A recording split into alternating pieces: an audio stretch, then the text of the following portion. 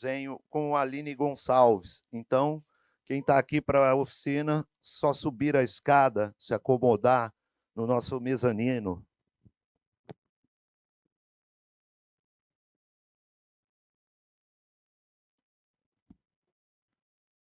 Eu preciso começar agradecendo o Lúcio Cruz, artista de Paraty, que nos recebe nesta casa aconchegante e deliciosa. Agradecer o Café Raízes de Paraty, que traz café, cerveja, vinho e essas comidinhas gostosas para nossa casa, que ajuda a manter vocês aqui por mais tempo. Agradecer também o apoio da Gráfica Viena e do Diálogos Embalados. Sem eles, a gente não faria esta casa. E agradecer a parceria deste ano com o Clube de Ficcionistas, que está transmitindo ao vivo todas as mesas desta casa pelo YouTube, e lá ficarão gravadas para registrar este momento.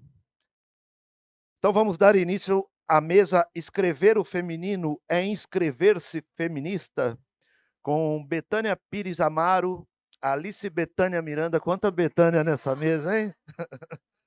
Tatiana Vasconcelos e Luciana Annunziata. Betânia Pires Amaro nasceu em Recife em 1988, mas foi criada na Bahia, em Ilhéus e Salvador. Seu primeiro livro, O Ninho, foi publicado em novembro de 2023 pela editora Record e foi vencedor na categoria Contos dos prêmios Sesc, APCA e Jabuti. Só isso. Reside atualmente em São Paulo, onde trabalha na Secretaria Municipal de Cultura.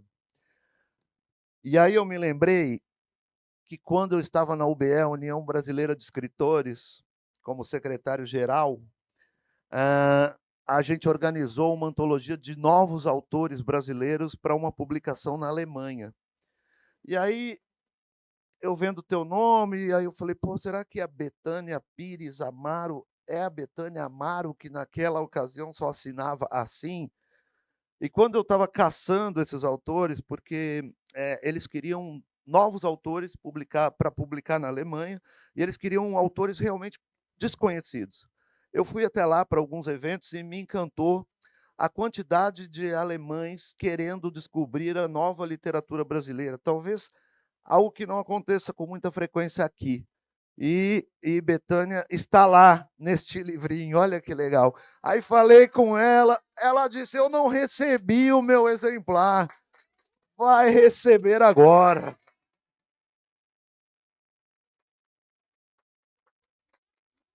Por sinal, alguém aqui fala alemão ou estuda, está arriscando?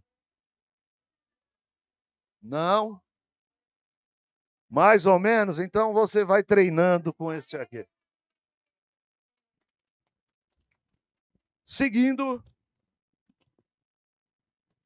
Alice Betânia Miranda nasceu em São Paulo, mas passou toda a sua infância, adolescência e início de juventude em Abaíra, um pequeno município baiano na Chapada Diamantina. Hoje, em São Paulo, é escritora e administradora de empresas, pós-graduou-se em estudos literários, participou do projeto Contos Natalinos em 2006 e lançou o livro de contos O Acontecer das Coisas em 2012, em parceria com o escritor André Montovani.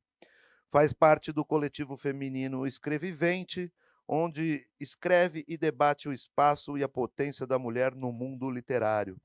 Meus Sertões de Você é seu primeiro romance, finalista da 7ª edição do Prêmio Kindle de Literatura e publicado com muito orgulho pela editora Reformatório.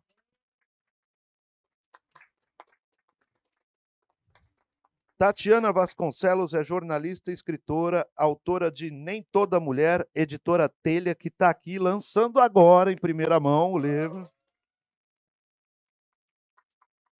É apresentadora do programa Estúdio CBN e dos podcasts O que as Mulheres Querem e Namorada, na própria Rádio CBN, onde ela é colunista da plataforma Mina Bem-Estar. É isso? Ah, é.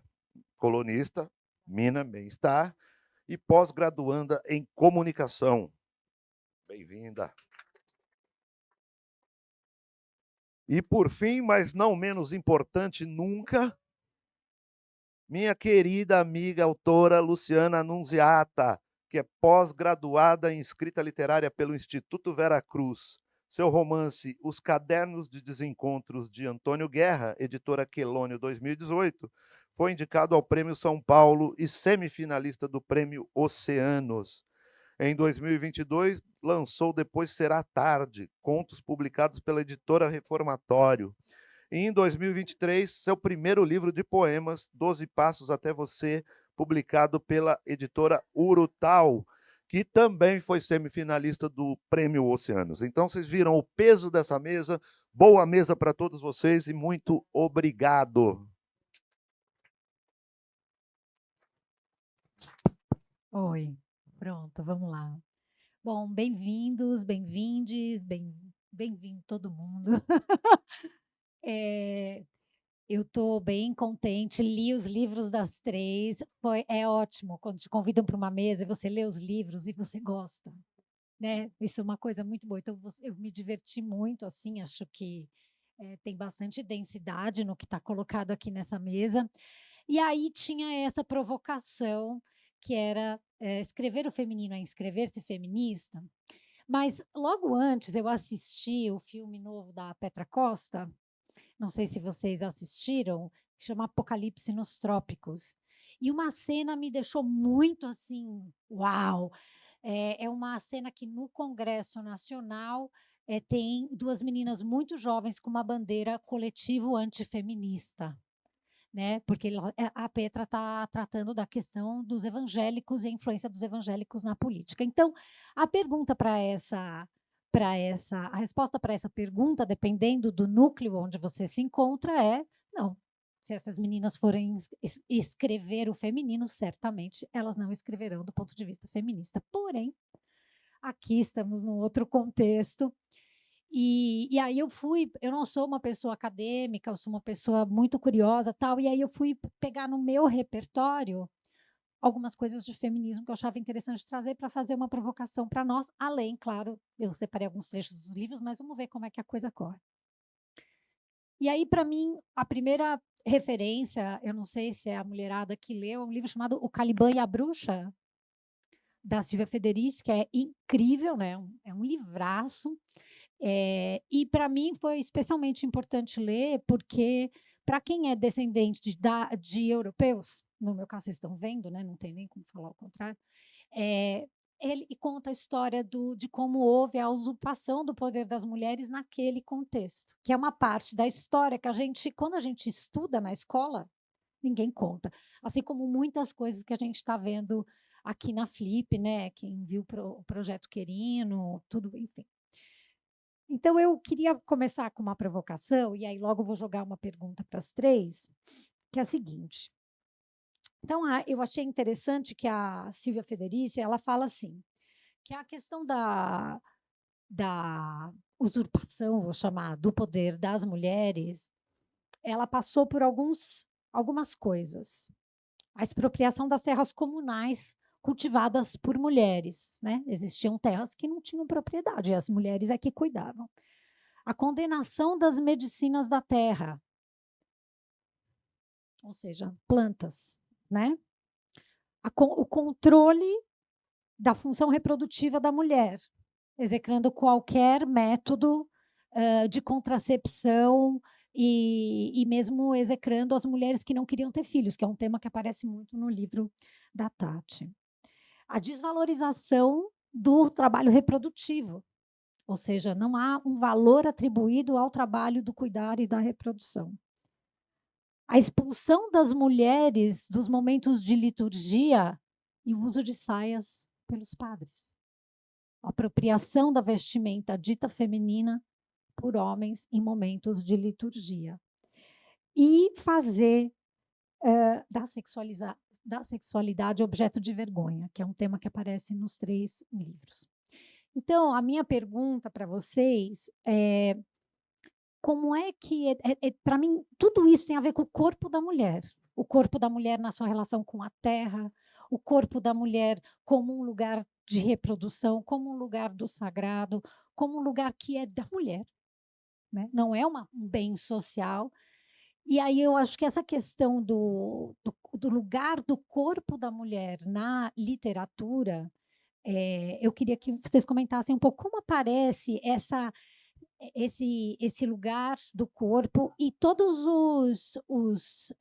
as máculas relacionadas ao corpo dentro da literatura de vocês, porque acho que esse é um tema do feminismo muito importante, né, e eu quando li vocês percebi isso fortemente, então queria que vocês comentassem.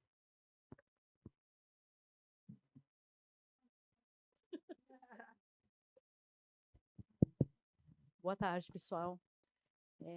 Primeiramente, gostaria de agradecer a presença de vocês aqui, das minhas parceiras. Espero que esse encontro nos leve para um outro lugar. Eu sempre falo, tenho essa pergunta, já discuti em lives e nos coletivos que eu participo, o que é o corpo da mulher no mundo, né? Por que o nosso corpo incomoda tanto? Por que o nosso corpo tem que ser aprisionado? Isso é uma coisa que me incomoda profundamente. No Meus Sertões, a minha protagonista, ela tem sofreu de uma paralisia, tem um corpo diferente e ela ficou aprisionada nisso. Então, mas isso é um retrato meu também, né? O meu corpo, por muitos anos, viveu aprisionado, né? Como de muitas mulheres. Eu venho de uma família religiosa e cheia de preconceitos, e eu trouxe esses preconceitos. Eu descobri já uma certa idade que esses preconceitos não eram meus, né? Eles foram embutidos em mim, mas eles não eram meus. E libertar o corpo de uma mulher é muito perigoso, né? Existe uma estratégia, toda uma estratégia para que a gente permaneça aprisionada. Então, eu luto diariamente para que o meu corpo não sofra essas consequências. Eu tento fazer as pazes com ele diariamente. E eu sou mãe de 2 mulheres, né? Então, eu tento libertar o meu corpo e eu luto para que o corpo das minhas filhas não seja aprisionado, né? Mas isso é uma batalha diária, é muito difícil. Eu tenho certeza que elas vão ter uma outra vida e, ao mesmo tempo, eu tenho muito medo do mundo que elas vão encontrar, né? Então,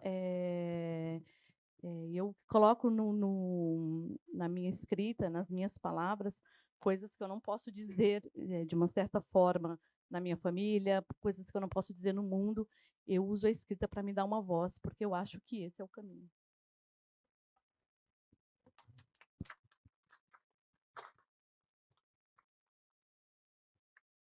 Gente, em primeiro lugar, bom dia. Queria também, mais uma vez, agradecer ao Marcelo, ao Fernando, à Márcia, enfim, por nos proporcionarem esse espaço em que podemos estar aqui juntas e juntos, debatendo literatura brasileira, literatura feita por mulheres. Cumprimento também aqui as minhas colegas de mesa.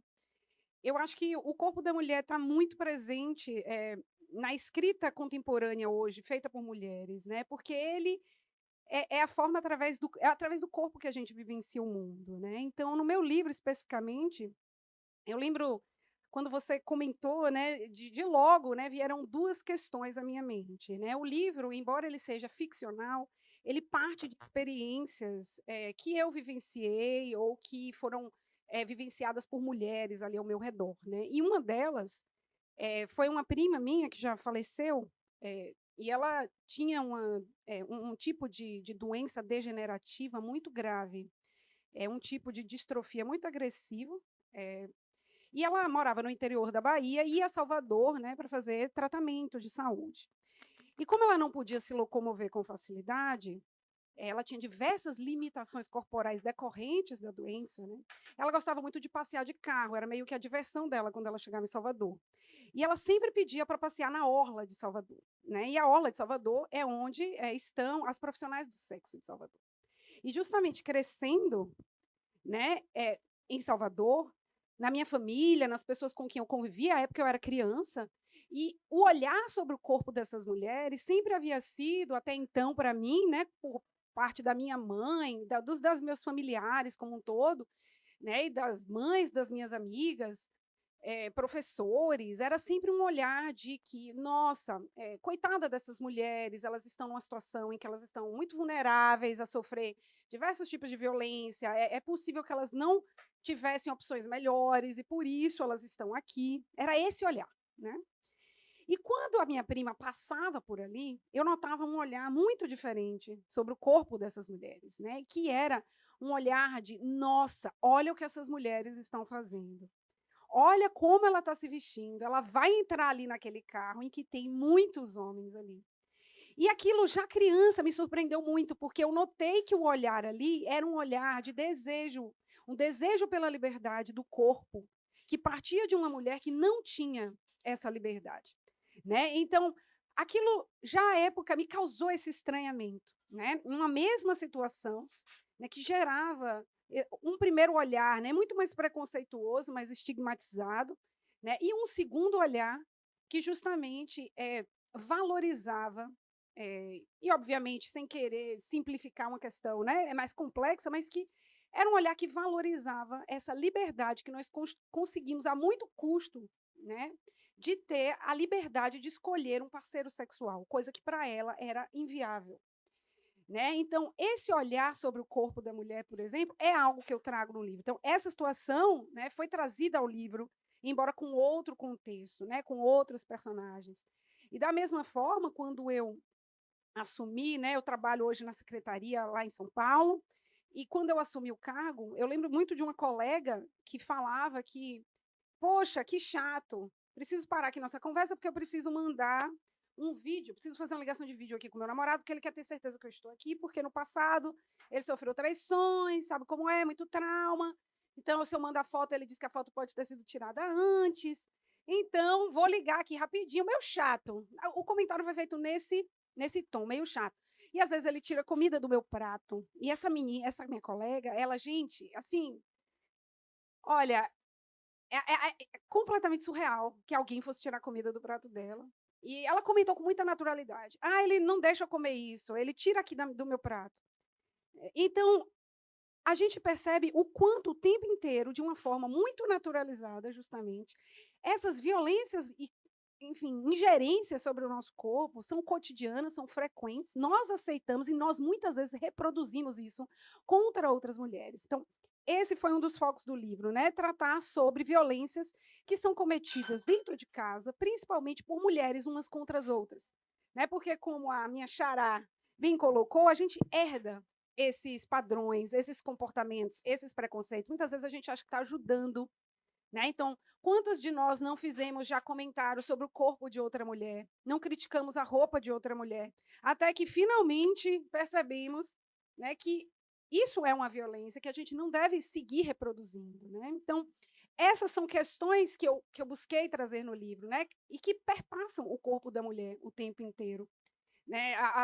Questões de distúrbios alimentares, questões da violência sexual e da forma como exatamente nós somos sempre espremidas ali para caber num espaço, né, que é muito menor do que nós somos, o tempo inteiro. E muitas vezes nós também queremos colocar outras mulheres nesse espaço.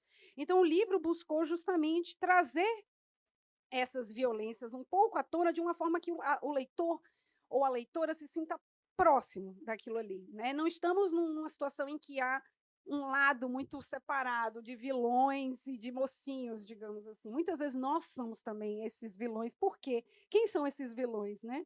São aquelas pessoas que estão ao nosso redor, somos nós muitas vezes, porque justamente a gente continua, né, reproduzindo esses padrões que passam nas famílias, que passam nas gerações, e a ideia é que a gente lance luz sobre isso para que a gente debata, né? E, exatamente, eu também tenho uma filha. Esperemos que as nossas filhas encontrem, né, um mundo um pouco mais acolhedor para o corpo da mulher do que o que estamos agora.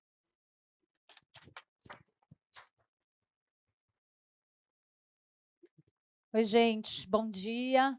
Obrigada por terem vindo.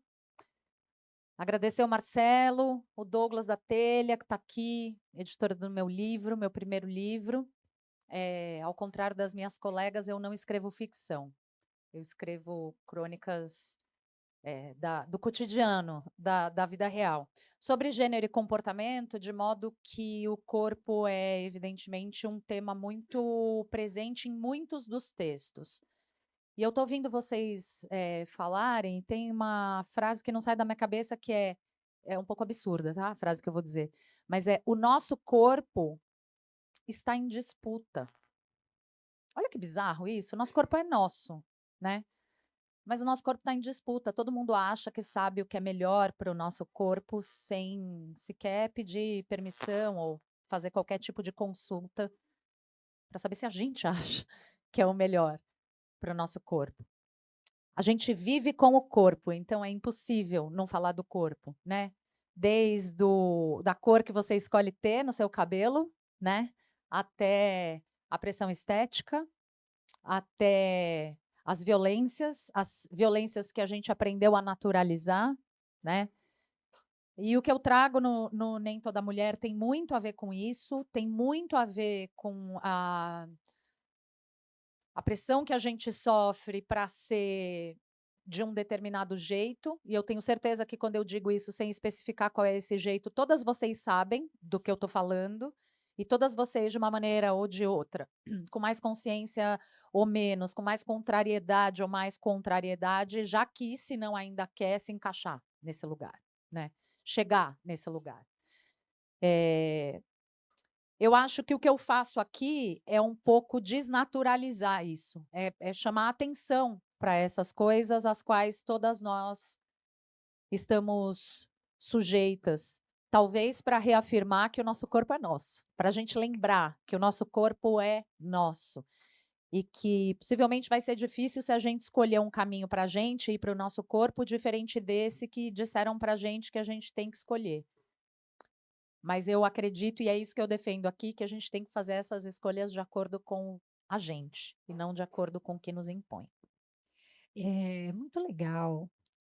O livro da Tati, parece que ela está sentada com a gente na mesa do bar falando, que ela vai, trocando uma ideia. Queria só ler uma... Eu separei trechos de vocês para ler, gente, não sei se vai dar tempo, mas eu gostei muito dos livros. Aí eu vou ler um trechinho do seu, tá? Mesmo sem saber se queria ter filhos, tive namorados que ficavam em pânico quando pensavam sobre a minha idade, porque presumiam que logo eu certamente quereria ser mãe e talvez eles não estivessem preparados para ser pais. Passou dos 30, logo vai querer ter filho. Embora não fosse uma certeza, eles entendiam que era algo que inevitavelmente aconteceria. É a crença popular do relógio biológico, segundo o qual, em algum momento, quando você menos esperar, será arrebatada por um desejo incontrolável de ser mãe. Só mais tarde, provocada por uma estranha sensação de inadequação e fazendo muitas perguntas, fui adquirindo consciência, entendimento e letramento do quão imersos todos estamos nesses padrões, vivendo para atender a expectativa social sobre nós, nossos corpos e destinos, em detrimento da nossa vontade. Então, eu acho que isso é uma coisa que está muito nos 3 livros, algumas partes, algumas coisas me tocaram muito. No caso do teu livro, Betânia, existe um capítulo sobre uma mãe que é mãe de um rapaz que está preso. E eu fiquei muito tocada, porque no texto da Betânia você percebe essa mulher completamente retraída no próprio corpo por um julgamento social. Como você deixou isso acontecer? Onde você estava quando isso aconteceu? Então, é uma senhora que segue todo o ritual de ir até o presídio e tal, mas não consegue ver o filho, né? E essa é a coisa do padrão interiorizado, a mesma coisa a tua personagem, né? Que está ali, ela tem... na minha cabeça, ela era manca, né? Não sei se era... Ela é manca. Então, quer dizer, uma mulher manca... a gente tem, enfim, na história da literatura, né? Uma grande mulher manca, do Machado de Assis, quer dizer, pô, essa coisa da mulher manca, para mim, eu achei muito simbólico, né? E como aquilo é um aprisionamento, mas que também ela mesma reproduz. E aí eu queria trazer um outro ponto que a Tati não aborda diretamente, mas vocês duas sim, queria que vocês comentassem. Tem uma coisa, tem vou pegar o exemplo do livro da Betânia, porque eu achei super legal essa história. Eu vou dar um pouco de spoiler, pode? Porque, não, até porque o lance da escrita dela é a linguagem, então eu posso falar o que eu quiser, porque vocês terão que ler.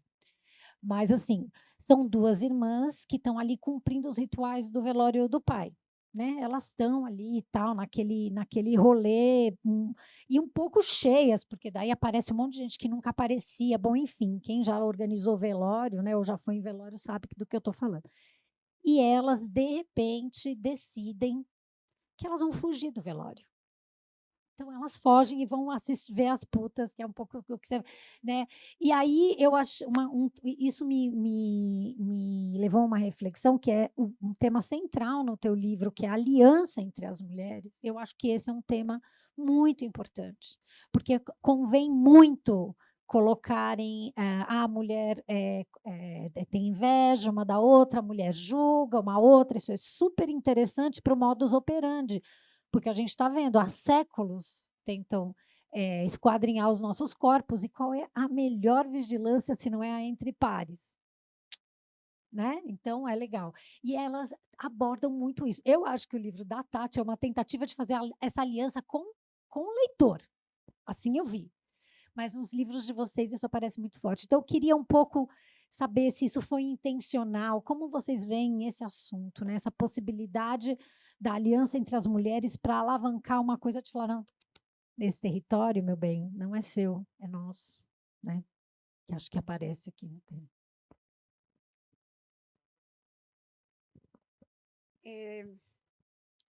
Tratando, né, de relações familiares entre mulheres, que, enfim, é o foco do livro, e aí, como você bem observou, né, a gente trata de relações muito complexas.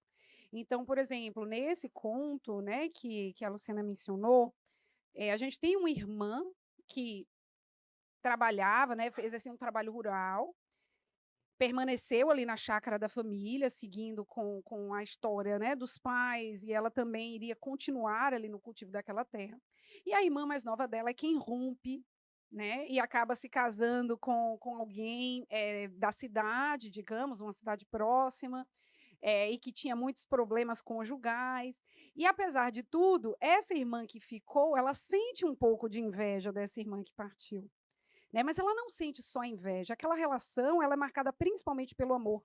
E isso é algo que existe o tempo inteiro nas nossas relações. Né? Então, quando a gente trata de traumas, por exemplo, ocorridos dentro de casa, dificilmente, né, para uma família, numa relação mãe e filha, numa relação avó com a avó, ou enfim, mesmo entre amigas, né, dificilmente você vai ter somente ali a agressão, né? Aquela pequena agressão que comenta do seu peso, que comenta do seu cabelo, que diz que você precisa casar, que você precisa ter filho. Dificilmente vai ser só isso. Também do outro lado vai ter ali uma pessoa que te ama de muitas formas, ainda que acabe te agredindo de outras. Né? Então vai ter alguém que muitas vezes te apoia, alguém que vai estar ali junto com você para determinado objetivo, alguém que vai te compreender melhor, muitas vezes, do que outras pessoas. E essa é justamente a dificuldade das violências que ocorrem dentro de casa, porque está tudo muito misturado ali dentro. Né? Então, eu acho que essa abordagem de que a gente se apoie, se fortaleça, né? Apesar dessas pequenas invejas, desses pequenos ressentimentos que invariavelmente vão acontecer, ou de, enfim, qualquer tipo de sentimento mais negativo, a gente ainda pode escolher se apoiar, né? A gente ainda pode escolher estar presente por outra mulher, a gente pode escolher se manifestar quando o corpo de outra mulher é criticado, a gente pode escolher não ficar em silêncio. Né? A Simone de Beauvoir sempre dizia que nossos direitos enquanto mulheres, né, não são garantidos, nós estamos sempre a um passo. Né? E qualquer crise econômica, política, a gente está sempre a um passo de perder esses direitos. Né? E, muitas vezes, esse movimento de perda de direitos é alimentado por mulheres. Né? Então, é justamente isso que, na hora que a gente vê, por exemplo, esse fenômeno aí das threadwives nas redes sociais, né?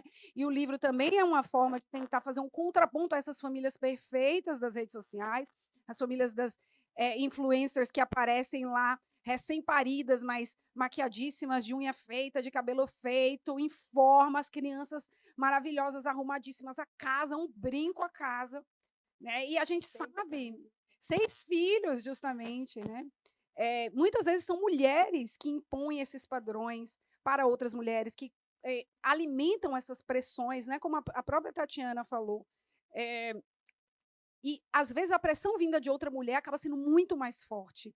Né? Na minha gravidez, na minha gestação, sem dúvida, as maiores pressões, os comentários mais impertinentes que eu ouvi, a maior falta de apoio que eu tive foi por parte de mulheres, de longe, de longe. E muitas vezes, exato, pelo menos os homens com quem eu estava ali ao meu redor se solidarizavam, foram muito assim compreensivos, parceiros, às vezes muito mais que uma mulher, porque às vezes as mulheres me diziam: na minha vez não teve nada ali, foi fácil. Vocês estão reclamando, vocês mais jovens estão reclamando de barriga cheia, não tinha isso, muito mimimi, é muito mimimi. Ou seja, né, encontrei apoio muito mais em vários casos, né, em homens que não experimentaram a gestação, né, no corpo, do que mulheres que experimentaram, né, e queriam justamente que a experiência delas fosse universalizada, né, e, enfim, uma falta de empatia com outras experiências. Então, eu acho que essa é sim uma discussão que a gente deve ter no momento presente mais do que nunca. Sempre fico muito feliz de conversar com outras mulheres sobre esses temas ligados ao feminino e ao feminismo também, porque eu acho que é um tempo em que precisamos sim, né, defender esses direitos com unhas e dentes, porque senão vão agarrá-los da gente. E, enfim, né? Vamos. Nós tivemos ontem a Marina Silva, que foi muito forte, porque ela foi ovacionada e abraçada, até autoabraçada, né? Que eu acho que é uma coisa que a gente não sei se quem foi, mas ela teve um momento que ela se abraçou, né? E aí eu acho que é bem simbólico a gente estar falando disso no dia seguinte, porque não é só uma ministra de Estado, né? É uma coisa que acontece com todas nós. Como ela falou, a gente está a um passo de perder todo o nosso avanço, a gente tem que lutar muito para. Porque você dá um passo, você até consegue. O difícil é você se manter ali. Né? Manter é muito difícil. Desde pequena, eu já olhava assim com um certo olhar, né? Digamos, eu ali com 10 anos, eu tinha que lavar a louça enquanto meu irmão podia ficar deitado no sofá assistir televisão. Eu já achava aquilo tão horrível, assim, e já brigava, já tentava argumentar, mas assim, durante algum tempo, eu fui muito sufocada, e eu, de uma certa maneira, sucumbi esse meu feminismo, né? Então, eu já fiz, né, já fiz comentários sobre outras mulheres, já fui muito machista, né? E aí eu fui me despertar, assim, na infância eu já era muito inconformada com isso, tive o meu momento, né, machista. E aí, quando eu tive a minha filha, um dia eu estava amamentando ela e liguei a televisão e tinha uma matéria sobre a desigualdade salarial. Né? E tinha uma matéria falando assim, não, daqui 50 anos, as mulheres ainda vão ganhar menos que um homem. E eu estava com a criança no peito. Eu olhei para aquela menina e falei, meu Deus do céu. Ali eu voltei para o meu feminismo, sabe? Ali eu voltei com tudo. Mas o que eu poderia ter dado passos atrás se eu não tivesse encontrado as minhas amigas escritoras. Se eu não tivesse ido para um coletivo, né, onde a gente discute o feminismo, onde a gente se fortalece, onde a gente se lê, sabe? Porque quem vai salvar a gente são as amigas. Não existe príncipe encantado, né? Então eu me fortaleci muito com outras mulheres, com outras amigas. Né? Então, isso é muito importante.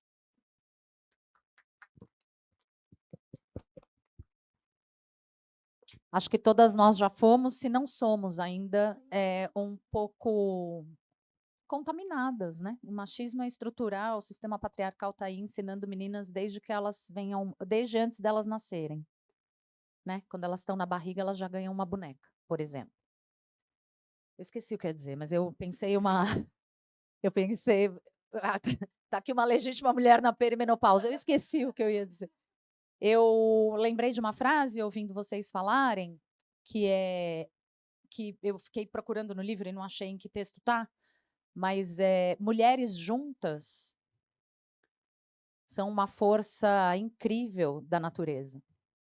Não por outro motivo, o patriarcado vive tentando nos separar. Nos fazer concorrer, né? Nos separar mesmo. Quero voltar um pouco. Ontem estava tendo uma conversa. Eu estou hospedada numa casa com 11 mulheres, escritoras, envolvidas com a literatura de algum jeito. E esses dias eu tenho vivido isso que você está dizendo. É uma experiência muito legal mesmo. E me faz viver essa frase: mulheres juntas são uma força inacreditável do universo. Assim, nós juntas conseguimos fazer muita coisa. É isso, gente. Tenham amigas. Eu esqueci mesmo como eu ia desenvolver esse raciocínio, mas é isso aí.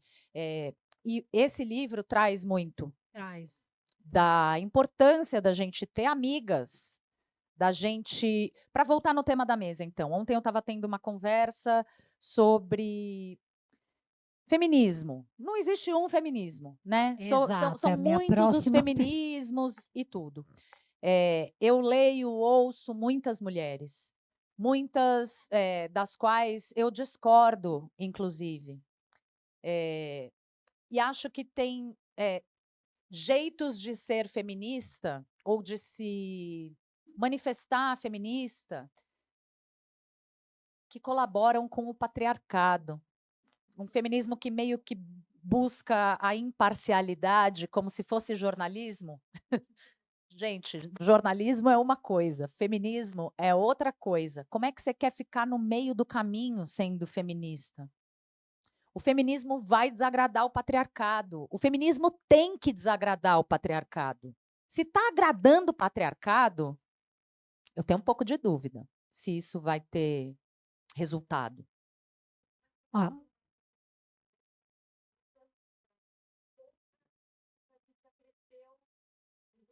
é introjetado.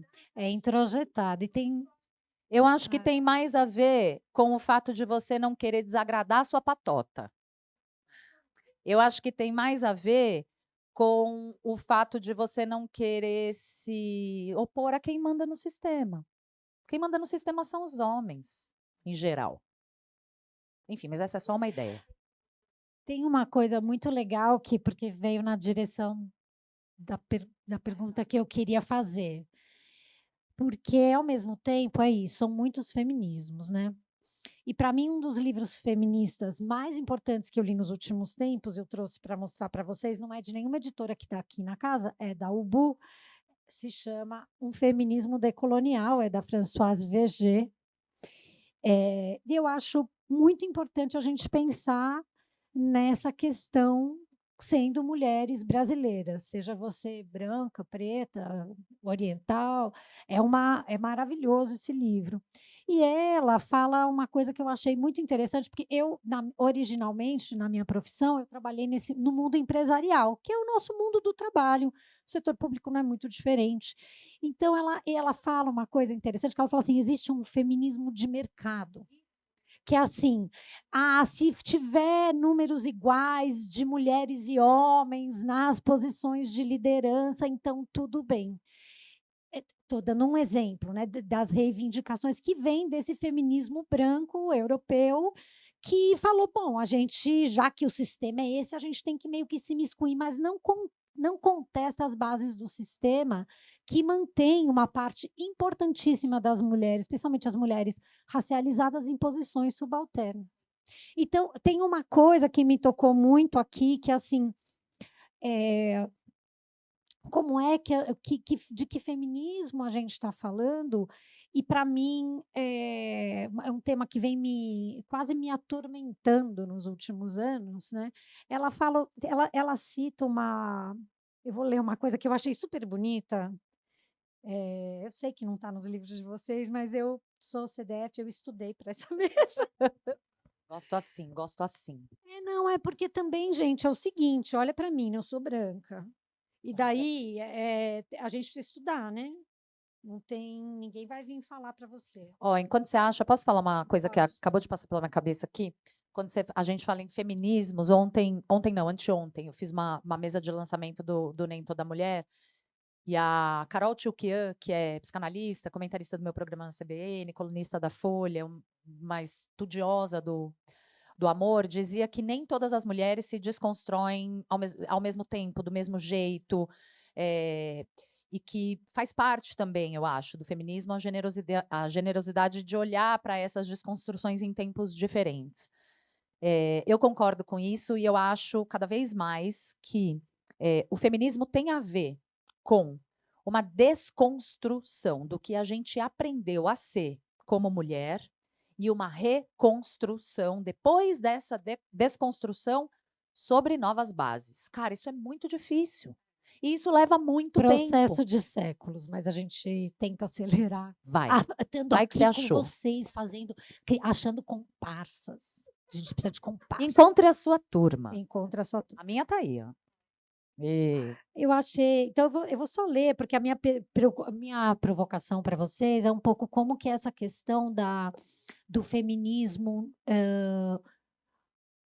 Não queria falar anticapitalista, porque também é uma forma simples de explicar, mas esse feminismo que também olha para as questões de classe, de desigualdade, para as questões raciais, como que isso entra na literatura de vocês. Eu vi algumas coisas, mas vou parar de me meter.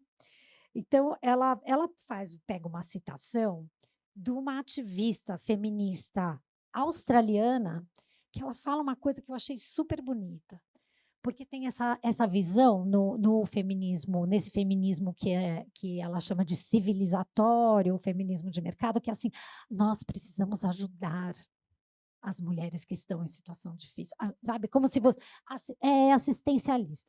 E assim, te coloca determinadas mulheres numa situação de poder e outras numa situação de vulnerabilidade. Então, e aí essa Lilia Watson fala o seguinte: se vocês vieram para me ajudar, estão perdendo seu tempo.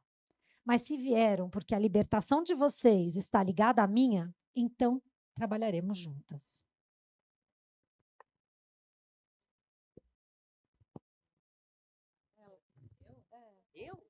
Eu?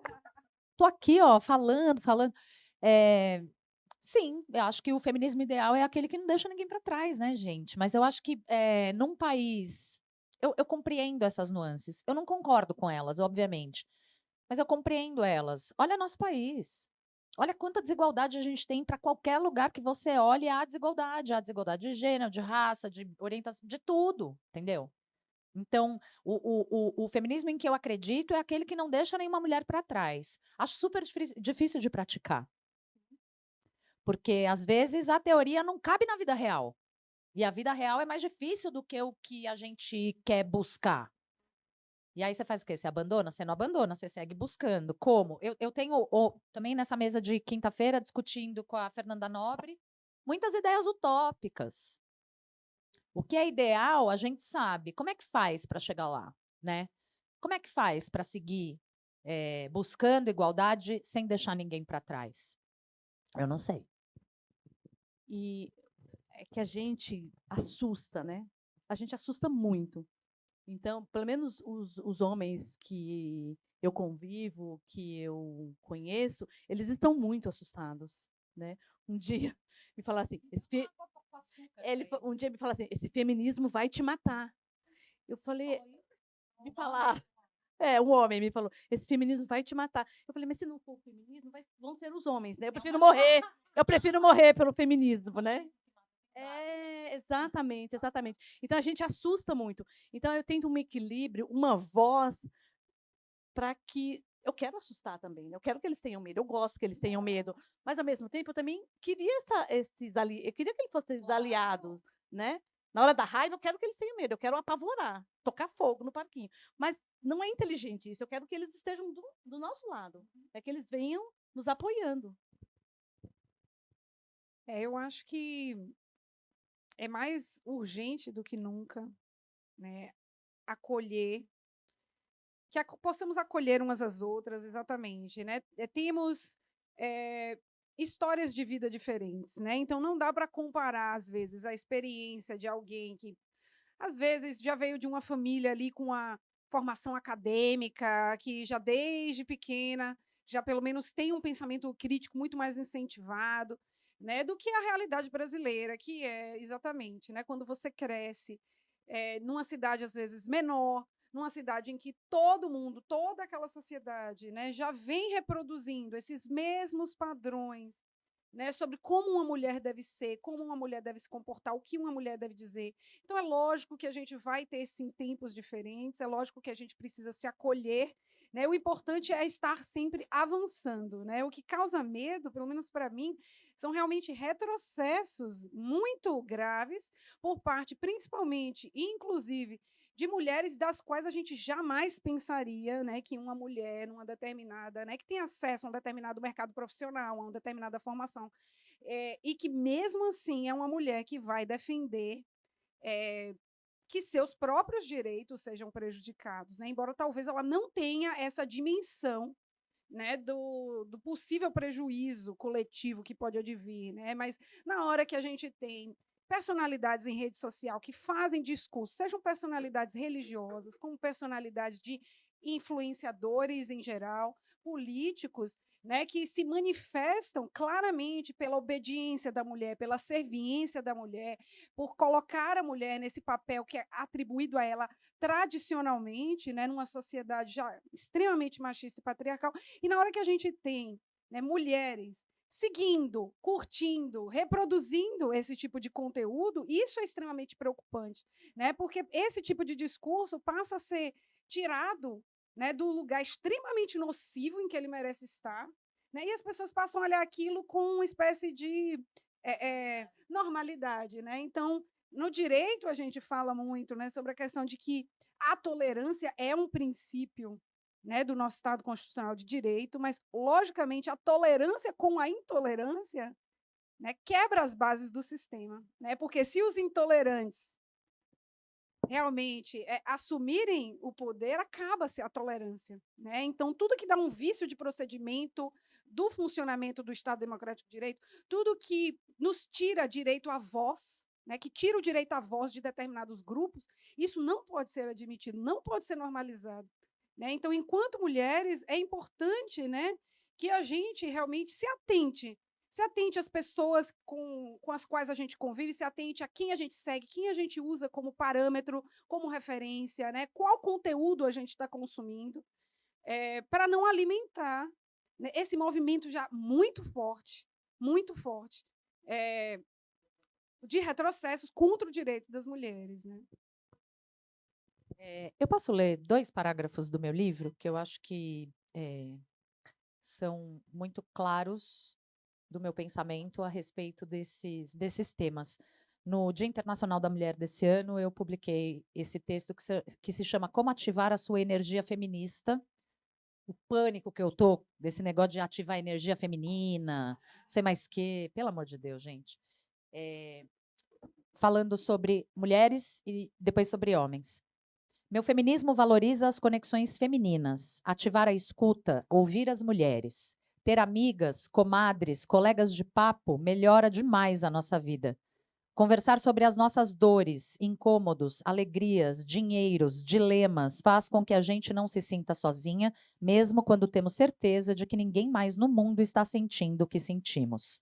Amigas para quem podemos pedir ajuda, por quem somos acolhidas e com quem podemos celebrar. Mulheres juntas são uma força inacreditável. Não por outro motivo, o patriarcado vive tentando nos separar. Claro que isso não quer dizer que vamos amar todas as mulheres à nossa volta e que está proibido desgostar. Sejamos maduras e razoáveis, algumas de nós são bem detestáveis. Meu feminismo adora homens dispostos e comprometidos a enxergar, a entender essa discrepância. Homens que não se sentem, ou pelo menos não se portam, como seres superiores por serem homens. Homens que tentam verdadeiramente se comportar de outra maneira. Homens que, por compreenderem essa disparidade, agem para colaborar com a nossa existência e segurança, respeitando a nossa integridade. Gosto. Tenho até amigos que são.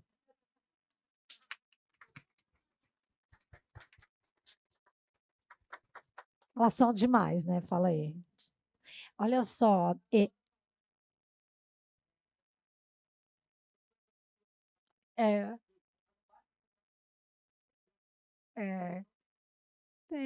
Eu acho que a gente precisa buscar essas alianças, né? Os femi é que aí tem nos feministas, tem categorias dentro do feminismo, mas não é o tema da mesa. Olha só, a gente tem tempo para uma pergunta? 2? Ah, então vamos lá. Eu vou passar com o microfone só para todo mundo ouvir. Bom dia, eu sou Gleice, eu sou uma teórica feminista. Eu gostaria de falar da felicidade de estar vendo aqui algumas de vocês, mas especialmente a voz, né? Eu adoro voz de mulher, porque o tempo todo eu estou no trabalho ouvindo vozes de homens. Então, ouvir podcasts com a sua voz é um alento maravilhoso. Eu gostaria de deixar isso registrado. Eu fiquei muito tocada com relação à sua experiência no puerpério, porque é muito parecida com a minha experiência no puerpério, mas a minha experiência no puerpério me fez aproximar da minha mãe. Por que isso? Porque eu passei por essas microviolências a partir da minha mãe e das minhas irmãs mais velhas.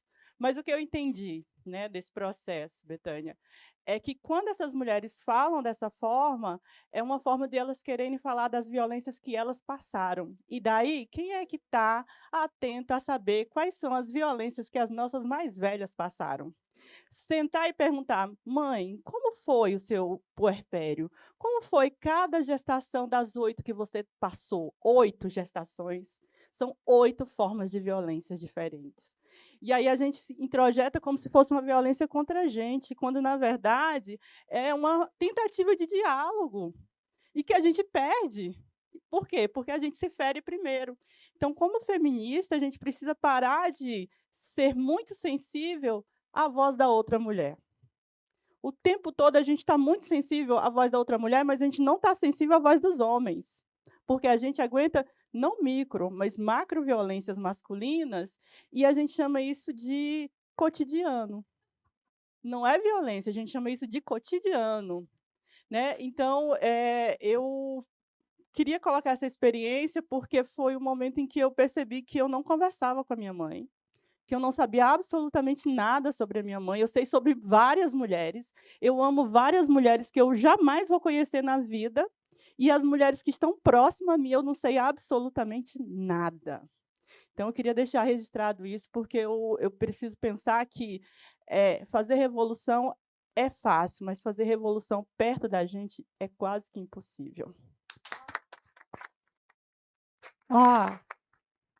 Obrigada. Fala seu nome de novo.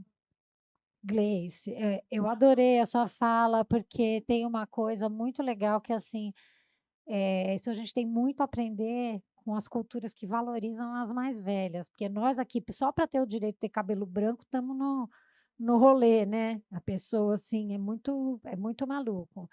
Quem mais tem uma... Somos metade dessa mesa, veja, em diferentes estágios. Ela tinha pedido primeiro. Depois, se der tempo, eu te... Bom dia, meninas. Adorei a mesa, adorei as falas de vocês. Sou Rosana, venho de Cabo Frio. Vocês estão falando aí, eu estou aqui, né? Pensando na minha vinda para cá, para Paraty, e como eu fui tomada, né? Ou tentaram me tomar por culpas, né? Eu tenho um filho especial, você vai deixar seu filho sozinho, não vai levar? Quem vai cuidar dele, né? A minha mãe esteve doente esses dias, eu cuidei dela o tempo todo, mas eu deixei uma pessoa para tomar conta dela. Mas você vai abandonar a sua mãe esses dias? E aí, e o seu marido, o seu casamento, não vai ficar... Olha, gente, foi uma loucura, né? E aí eu fui respirando fundo né, e segui e estou aqui. Mas a culpa, né, assim, as pessoas, a sociedade e as mulheres que nos cercam, elas tentam o tempo todo, né, nos jogarem essas culpas, né? Então, a dona de casa que não pode abandonar o filho, o marido, a mãe doente. Eu sou escritora também, escrevo algumas coisas. E como fica essa questão, né? Vocês são respeitadas dentro de casa pela essa questão de ser escritoras? Vocês são admiradas? Lógico, o marido às vezes dá o apoio, mas é o apoio que você precisa, que você... A sua mãe tem medo que você escreva sobre ela, sobre a família? Você está revelando coisas no texto que está colocando segredos de família que não podiam sair de dentro de casa, do ambiente doméstico? Alguém da família de vocês já se reconheceu, se identificou com o que você escreveu? Porque uma certa vez, o meu primo ficou muito aborrecido comigo porque ele se sentiu ameaçado. A esposa dele foi num evento que eu estava organizando e eu li um poema que falava sobre uma mulher negra. E a minha prima negra se identificou com o poema e chegou em casa com os punhos fechados e dizendo: Viva a mulher negra! E ele falou: Rosana, o que você fez com a minha esposa? Né? E aí eu falei: Eu não fiz nada. Não, você fez alguma coisa, né? Porque a esposa dele é calminha, é boazinha, é tranquilinha. E ela chegou em casa com os punhos fechados, gritando: Viva a mulher negra! Né? E aí eu acho que desde esse dia eles não vão mais me visitar, né? E ele manda os parabéns, assim, quando eu lanço um livro, eu faço um evento, ele manda os parabéns pelas redes sociais, mas eles nunca mais foram me ver. Posso complementar? Qual é o seu nome, querida? Rosana. Eu sou mãe de uma menina especial, uma menina de 9 anos, e eu sou muito julgada por estar aqui. Né? Me falaram, mas você vai ficar 4 dias fora? Eu falei, vou ficar 4 dias. E assim, para uma mãe, eu não saí, só coloquei a minha roupa na mala. Eu tive que deixar a comida pronta, o uniforme pronto, a roupa lavada. Então, é muito difícil. Eu não sou lida em casa. E um dia desses eu fiquei doente, a minha prima estava comigo, falei, pega uma aguinha ali para mim, ela veio na hora assim com a água. Eu falei, brincando, né? Eu falei, nossa, que agilidade. Ela, e o medo de virar um personagem?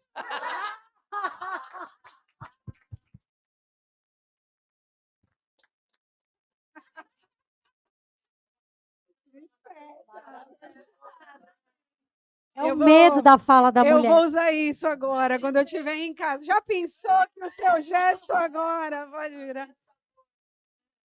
Rosana, eu acho que para quem é mãe aqui, se eu pedisse, levanta a mão toda mãe que já ouviu, mas você não tem culpa de deixar a sua filha em casa para estar aqui? Assim, qual mulher que é mãe nunca ouviu isso? Assim, acho que não existe. A minha filha tem 1 ano e 5 meses e eu já ouvi isso inúmeras vezes, da mesma forma que amigas com quem assim eu compartilho de forma mais próxima a maternidade e que também exercem atividades profissionais, são o tempo inteiro questionadas. Mas e seu filho? Você está aqui, que seja num sábado à tarde, que seja, né? Você está ali fazendo alguma coisa. Mas você está aqui? E quem que está com seu filho? Né? Então, esses são questionamentos que a gente ouve o tempo inteiro e que jamais um homem ouve na mesma situação. Né? Então, para mim, especificamente, eu tenho a sorte, de fato, de ter bastante apoio familiar para o exercício das minhas atividades. Estou aqui porque o meu marido pôde me acompanhar e trazer a minha filha, porque eu amamento ainda, e ela é muito pequena, então, se não fosse esse apoio, por isso que a gente precisa realmente, né, que os homens estejam do nosso lado. O Bruno. O Bruno. Ele porque a Aurora, gente, quando ela está num lugar assim, ela rouba tudo. Então, eles foram dar uma volta, mas realmente precisamos de parceiros no feminismo. A gente precisa de rede de apoio, né? Nós moramos sozinhos, assim, não temos família na cidade em que moramos, né? Então, se a gente não se apoia, ia ser tudo muito mais difícil, né? Então, contar com esse apoio é fundamental. E eu sinto que há, sim, muitos homens, principalmente da nova geração, né, mais dispostos a participar, enfim, né, vivenciar a paternidade de uma forma que os pais não vivenciaram, né, que os avós não vivenciaram. Exatamente. Sim, também, exatamente. Cadê sua mulher, rapaz? Cadê sua mulher que não está aqui, né? Esse é um tema muito rico, inclusive, né? Esses novos papéis, né? Que os homens estão exatamente, né? Que os homens estão passando a ocupar e que também começam a ser criticados, né? Junto conosco, na hora que se colocam do nosso lado, né? Também são criticados. É assim. E você está aqui cuidando do seu filho, que por sinal também Haja paciência, né?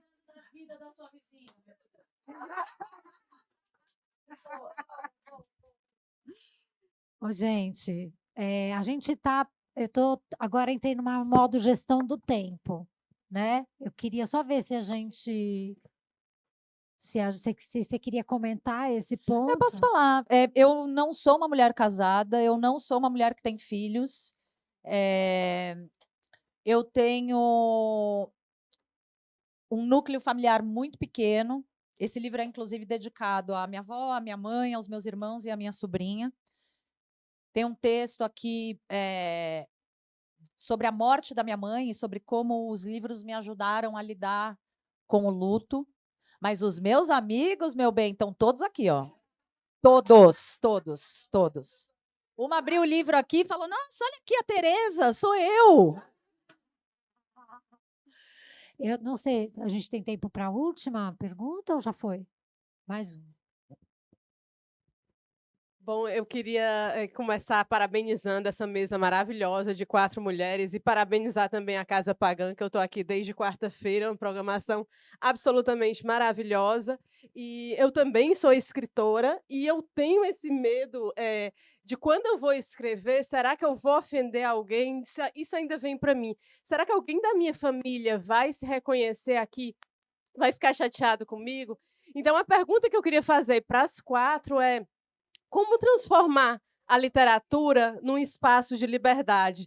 Porque parece que até quando a gente vai escrever, a gente ainda está, de certo modo, amarrado. Ixi, será que meu pai vai ler e perceber que esse pai aqui era ele? Será que isso aqui... Então, é isso. Como transformar a literatura num espaço de liberdade? Eu vou começar respondendo essa, se eu puder, porque era algo que eu queria ter comentado quando a Rosana falou e acabei me esquecendo. Foi uma preocupação muito grande quando eu estava escrevendo o Ninho, que é um livro que trata, de fato, de relações familiares, e que foi, sim, partiu, né, de minhas observações das pessoas ao meu redor, que, na hora que a gente trata, eu acho, né, de dores, de violências, de traumas, principalmente que envolvam outras pessoas, eu acho que a gente precisa, sim, ter uma preocupação de ser respeitoso e de não revitimizar alguém que já sofreu uma violência com uma exposição eventual que ela não deseje, né? Então, no meu caso, como eu escrevo ficção, não sei se você também escreve ficção, o que eu fiz foi realmente afastar. Então, por exemplo, na hora que eu contei para vocês da minha prima, né, quando a Luciana falou que, né, as irmãs do livro iam ver essas putas, logicamente vocês fizeram a ponte, né? Quando eu fui escrever esse livro, né, essa minha prima já é falecida, e se ela estivesse viva, eu provavelmente teria conversado com ela, mesmo ficcionalizando a experiência, por uma questão de que eu acho que uma mulher que já está numa situação de muita vulnerabilidade, eu não iria gostar de colocá-la num lugar de vulnerabilidade ainda maior. Né? No entanto, se as dores são minhas, a experiência é minha, e eu estou retratando aquilo que realmente me atravessou, né? Isso eu consigo fazer de uma forma mais fácil, mais direta. Né? A ficção tem inúmeros recursos, né, para isso. A gente pode extrair um sentimento, extrair um estranhamento, e colocá-lo dentro de outro contexto, né, que preserve, sim, a privacidade, eventualmente, dessas pessoas. Né? No entanto, quando são dores nossas, eu acho que nós temos, sim, liberdade para tratar da forma que nos pareça, né, mais adequada. Mas isso foi uma preocupação, continua sendo, porque eu continuo escrevendo sobre mulheres em situação de vulnerabilidade, e eu acho, sim, que na escrita nós devemos ter um senso de responsabilidade com outras mulheres, e, ao mesmo tempo, respeitar os nossos próprios sentimentos e não deixar de trazer para a nossa literatura aquilo que nos move, aquilo que nos comoveu, de certa forma, e é simplesmente uma questão de ajuste de calibre, que, com certeza, você vai encontrar também esse equilíbrio aí para o seu livro. Eu tinha muito esse medo, essa preocupação, e isso me podava. Aí, uma vez, eu vi uma conversa do Marcelino, que ele falou assim, que alguém falou para ele: eu não posso escrever isso se a minha mãe ler. E aí ele respondeu: quem disse que a sua mãe vai ler? Quem disse que ela vai ler? Aí eu pensei naquilo, e aí eu consegui construir ferramentas para disfarçar. Então, assim, se é uma mulher, eu coloco um homem, eu mudo o nome, eu mudo a situação, e dificilmente eles pegam, hein? Eu fiquei. Então, existem maneiras, né? Ferramenta de você driblar para que a pessoa também, que você tem que respeitar a vulnerabilidade da pessoa, né? Mas com o tempo, você consegue disfarçar bem. Porque a gente escreve sobre o que a gente vê, sobre o que nos assombra, né? Então, também você não pode abrir mão disso, não tem como abrir mão. Né? Isso é muito potente. Então, você tem que aprender. Com o tempo, a gente aprende a disfarçar. Elas ainda disfarçam na ficção, e eu que escrevo crônica. Eu falo que todos os meus amigos estão aqui, todos talvez seja muita gente, e eles não estão nomeados, né? Os amigos são as pessoas com quem eu vivo essa vida. E eu escrevo a partir das minhas experiências, das minhas observações. O cacuete jornalístico não me larga, então eu também trago bastante informação e dado e tudo. Então, para mim, essas situações, elas que envolvem gente que eu conheço e que certamente vai ler, ou que talvez nunca, enfim, não está nomeado, a situação está lá. Às vezes aquela situação é um ponto de partida para o desenvolvimento de um raciocínio. A não ser quando são pessoas que eu conheço e que estão lá nominalmente dando entrevista, uma frase entre aspas e tal. Mas a liberdade, para mim, já que você falou de liberdade, como a minha formação é jornalística, a liberdade, para mim, tem mais a ver com isso, com me soltar um pouco das amarras da realidade, dos dados, dos fatos e da busca pela verdade, e escrever mais o que está na minha cabeça, ser um pouco mais irresponsável em relação a isso, sabe?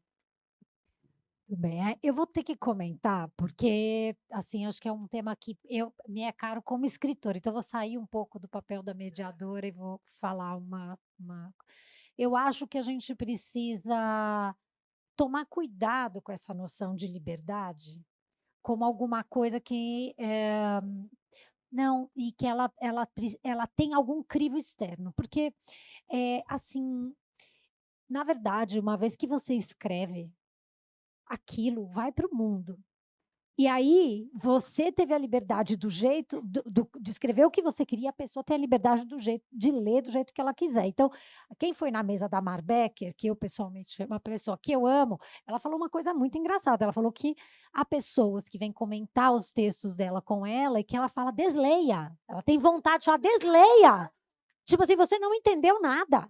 Entende? Então, existe... A literatura, ela é um espaço de liberdade.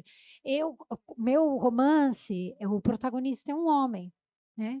Eu escrevi em primeira pessoa como homem. Foi um ato... Eu queria essa experiência, porque eu estava tendo muito problemas com os homens. Eu falei assim, eu preciso talvez fazer um exercício de empatia mais profundo aqui, porque eu não estou entendendo porra nenhuma que está acontecendo. E aí, tinha, por exemplo, tem uma determinada cena que esse cara brocha. Né? E eu, pessoalmente, nunca brochei, né? Porque, afinal, me faltam as ferramentas para tal. Mas, assim, eu acho que eu já vi homens brocharem, eu já senti falta de tesão no meio da relação. A pessoa fala aquele negócio que você fala, porra, agora vamos parar tudo, entendeu? Né? Então, eu acho que tem uma coisa assim, ninguém vai te autorizar. Você precisa se autorizar. Eu ouvi isso de uma mestra minha há muitos anos atrás, eu fiz formação em psicodrama, a Marisa, e ela falou para mim, ninguém vai te autorizar, gata. Entende? Então, é isso. E depois que você se autorizar, as pessoas vão se autorizar a te ler das formas mais malucas que você imaginar. E é ótimo, porque é isso que faz da literatura um espaço único, onde a gente cria e o leitor recria, e a recriação do leitor, às vezes, nos recria. Né? Então... Não, eu fui até buscar aqui a Samantha Schweblin, que é uma escritora latina, não vou lembrar de qual país, deu uma entrevista para Fósforo, falando um pouco sobre isso, da relação, primeiro, do escritor com o livro e depois do livro e do escritor com o leitor. Eu sei o que eu escrevi aqui. Eu não tenho a menor ideia do que você vai ler. E eu estou super curiosa Eu estou lançando o meu primeiro livro, ele está sendo vendido aqui pela primeira vez. Então, ao contrário das duas escritoras que já tiveram seus filhos postos no mundo e já tiveram bastante retorno, eu imagino, do que escreveram, eu estou muito curiosa mesmo, porque eu tenho certeza que vai vir coisas como essa, coisas que jamais passaram na minha cabeça, que podem virar uma terceira coisa, que não é o que está aqui, não é o que está aqui, mas pode virar uma terceira coisa, e essa é a graça do negócio, né? Por isso que é legal. Só para complementar, porque quando você lança você escreve uma história, e aí, quando o leitor lê, ele mistura com a história dele. E aí é uma outra coisa. Então, assim, às vezes eu já escrevi sobre alguém, alguém leu e ela não percebeu, porque misturou com outra coisa dela. É incrível. Ah, sim, vamos, momento jabá, atenção. Temos aqui, eu vou começar por mim, daí as meninas, é muito certo, né, que eu sou a mediadora. Mas já estou assim, ó. Bom, o meu Instagram é Luciana Annunziata Escreve, tem 2 N's depois do A, só para ter uma pegadinha.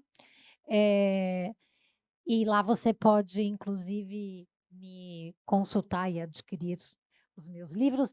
O Depois Será Tarde, que é de contos, e saiu pela Reformatório, está logo ali, naquela mesa. Então, esse está mais fácil de vocês adquirirem. Meu é @Alice Betânia Miranda. Uma estilogravura. É Meus Sertões de Você. Ele é lançado pela Reformatório e ele está disponível ali. Sociais. É @Alice Betânia Miranda no Instagram.